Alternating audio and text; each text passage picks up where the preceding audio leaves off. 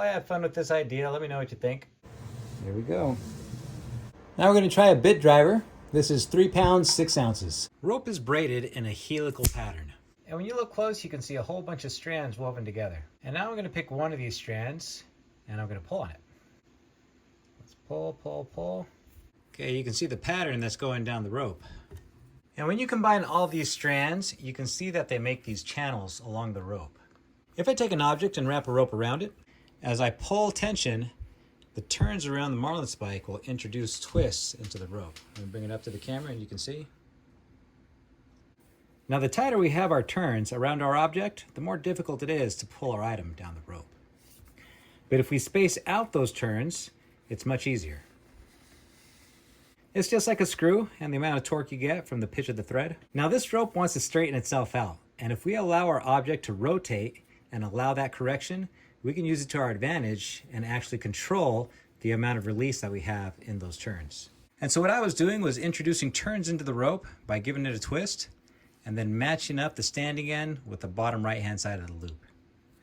Then I'll take another rope, I'll thread it through, match the ends up down below, and then I'll take my wraps up top and I'll pull them down so that I get my turns on my rope. Depending on the weight of our object, if our loop is short and our turns are tight, we get a lot of resistance. But if we extend our loop and our turns are loose, not so much.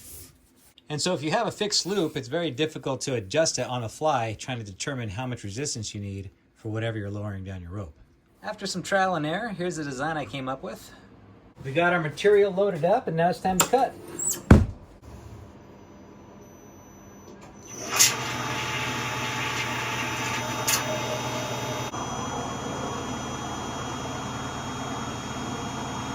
Let's see what we got. Oh, that's looking good. Get rid of this tab here. Now that I have this cut out, it kind of reminds me of a spider.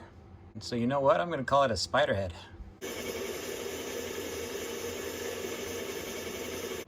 We still got some sharp edges there.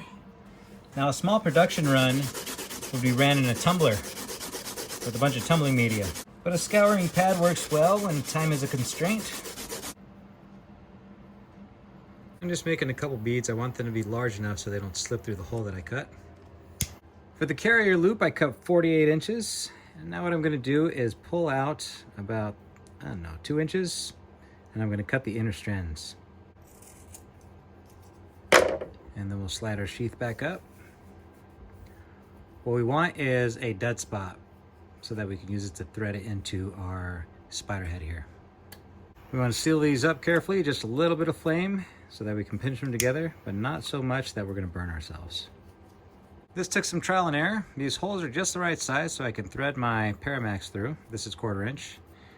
Once I get through that dead spot, I'll hit the inner strands again and I can pull. There we go. And it has just the right amount of grip. We'll thread both sides through.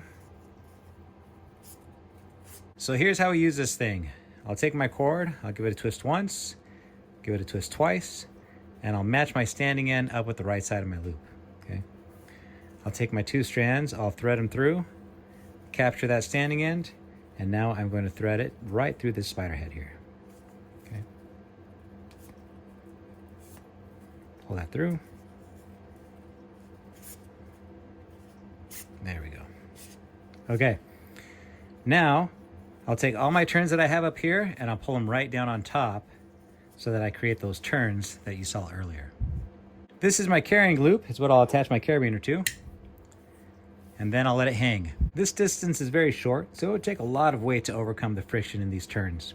And so what I'll do is I'll adjust my thumb loop so that I can slide my spider head up and down, lengthening the length of my loop here. There we go. Now we have more room to run our turns. Okay, let's give this a try.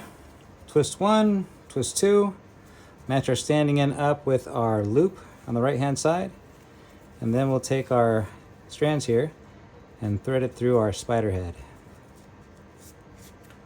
Pull those all the way through. I'm going to make sure this is tight, but not so tight that we can't fit our turns down onto it. There we go. All right. Here's our loop. That's going to take our carabiner. We got a 25-pound weight. We got nothing. That means our loop is too short. So we'll take our thumb loop here. We'll try to lengthen it.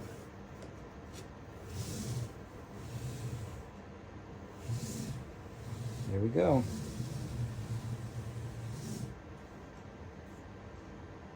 Now we're going to try a bit driver. This is 3 pounds, 6 ounces. Okay. Let's take it all the way down.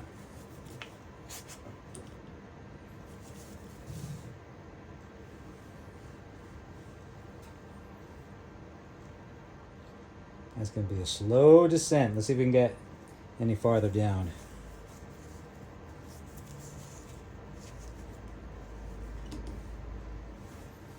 There it goes.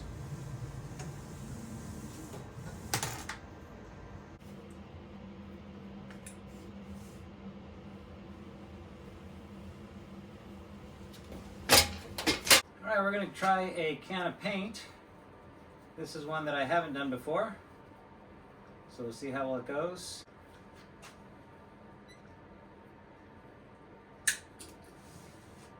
Oh, looks like I got it right the first time.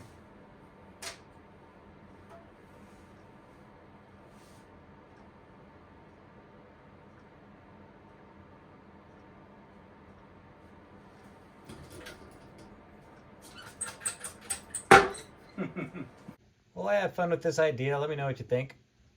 Thanks for watching. If you'd like to support my channel, you can visit my shop at awesomeforsale.com. Right now, if you place an order between today and the end of this weekend, I'll include one of these spider heads and all the cord you need to make the same carrier. You don't have to do anything. It'll automatically come with your order. Thanks.